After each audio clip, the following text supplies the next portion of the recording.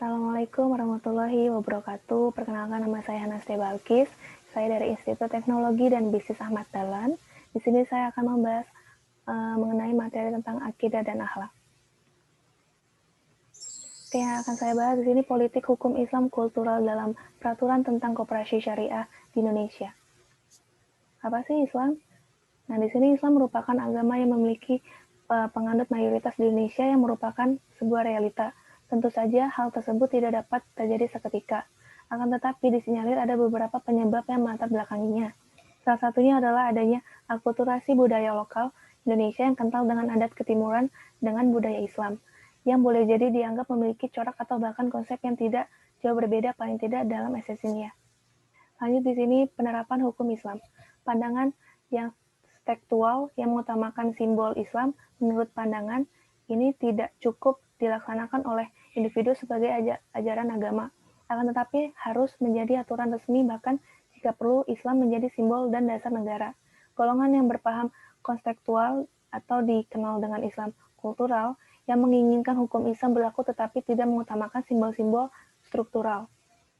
Menurut pandangan ini, yang paling penting adalah esensi dari ajaran Islam itu sendiri yang mewarnai konsep sebuah aturan tanpa harus menyertakan label Islam di luarnya. Oke, di sini dalam hukum undang-undang, percampuran antara hukum adat lokal masyarakat Indonesia, hukum Islam, dan hukum peninggalan kolonial Belanda, artinya secara sadar materi hukum Islam dapat pada dasarnya diakui dan berlaku bagi penduduk yang beragama Islam. Nah, bahkan sejak penjajahan kolonial Belanda, sebagai penduduk mayoritas, tentunya umat Islam memiliki kepentingan yang besar agar konsep hukum Islam dapat menjadi aturan yang mengikat dan kalau perlu berbentuk sebuah undang-undang. Untuk Indonesia dan penduduk plural, perjuangan hukum Islam lebih dianjurkan untuk mengikuti pola kultural yang mengesampingkan gerakan simbolik formal. Yang paling perlu diperjuangkan adalah nilai-nilai substantif ajaran Islam agar dapat mengakar kuat dan bahkan menjadi unsur mewarnai materi sebuah peraturan perundang-undangan. Lanjut ke peraturan perundang-undangan mengenai koperasi syariah. Koperasi syariah lembaga keuangan mikro yang didirikan meningkatkan kesejahteraan para anggotanya melalui produk-produk pembiayaan yang ditawarkan. Berdirinya lembaga koperasi tidak didasarkan pada hukum-hukum Islam, namun koperasi mampu menjalankan operasi yang sesuai dengan prinsip Islam, yaitu menggunakan prinsip akad.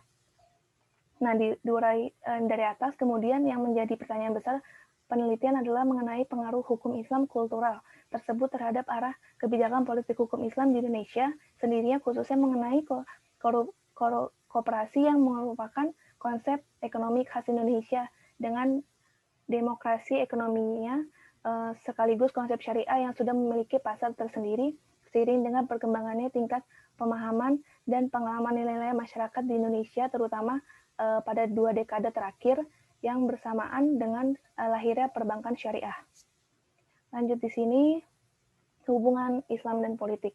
Islam dan politik ada 2 tema yang tidak pernah using untuk dijadikan bahan diskusi atau bahan perdebatan. Bahkan dalam perjalanannya terdapat pandangan bahwa Islam hanya merupakan hubungan antara manusia dengan Tuhannya, sehingga urusan duniawi tersebut politik di dalamnya merupakan urusan yang terpisah dari agama. Pandangan lain mengatakan bahwa Islam mempunyai konsep atau aturan yang lengkap, bukan hanya mengenai hubungan antara manusia dengan Tuhannya, tapi juga urusan manusia dengan sesamanya. Nah, termasuk di dalam aturan berpolitik. Lanjut di sini konsep Islam tentang politik dan hukum. Sementara berkaitan dengan hukum, pandangan umum hukum sering diartikan sebagai kaidah atau norma yang hidup sebagai pedoman pergaulan di dalam masyarakat yang pelaksanaannya dapat dipaksakan dengan sanksi yang diterapkan oleh lembaga yang berwenang sebagai aturan yang mengikat. Artinya, kaidah yang belum diterapkan oleh lembaga yang berwenang seperti parlemen secara kategoris tidak disebut hukum. Meskipun secara harfiah sering disebut hukum, dalam konsep Islam, hukum itu ada tanpa harus seseorang hidup dengan orang lain. Meskipun umpamanya seorang hidup sendiri, hukum itu ada karena hukum diberlakukan sebagai alat kontrol dan pengatur hidup seseorang sebagai khalifah, baik ketika berhubungan dengan manusia lain maupun berhubungan pribadinya dengan Tuhan. Dengan prinsip seperti itu, ketaatan seseorang dituntut untuk selalu konsisten, kapan dan dimanapun ia berada, karena selalu merasa diawasi oleh Tuhan, meskipun tidak ada orang yang mengetahuinya. Di sini sumber hukum utama yang berlaku di Indonesia, hukum Barat yang merupakan hukum peninggalan sejarah Belanda yang diberlakukan di Indonesia berdasarkan pasal 2 aturan peralihan. Hukum Islam yang bersumber dari Al-Quran dan hadis diberlakukan karena mayoritas rakyat di Indonesia beragama Islam. Hukum adat di dalam Undang-Undang Dasar 1945, negara mengakui dan menghormati kesatuan-kesatuan masyarakat, hukum adat beserta hak-hak tradisionalnya sepanjang masih hidup dan sesuai dengan perkembangan masyarakat dan prinsip NKRI.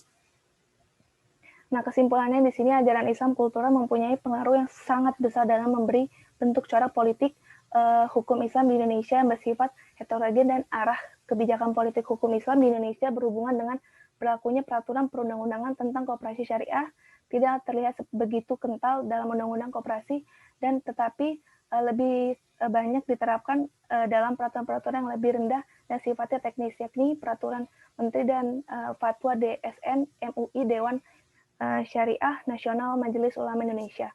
Nah, harapannya tentu saja agar nilai-nilai Islam yang sudah sejak lama mewarnai cara berhukumnya orang Indonesia, kemudian dapat memiliki ketegasan dan pengakuan dari negara. Dengan begitu, perjuangan umat Islam yang dalam porsi tertentu mengharuskan diberlakukannya hukum Islam paling tidak satu demi satu dapat berwujud, walaupun dengan tetap memperhatikan konteks keindonesiaan yang kental multiagama dan etnis, bahasa, dan budaya. Oke, sekian. Mohon maaf kalau kurang lebihnya. Assalamualaikum warahmatullahi wabarakatuh.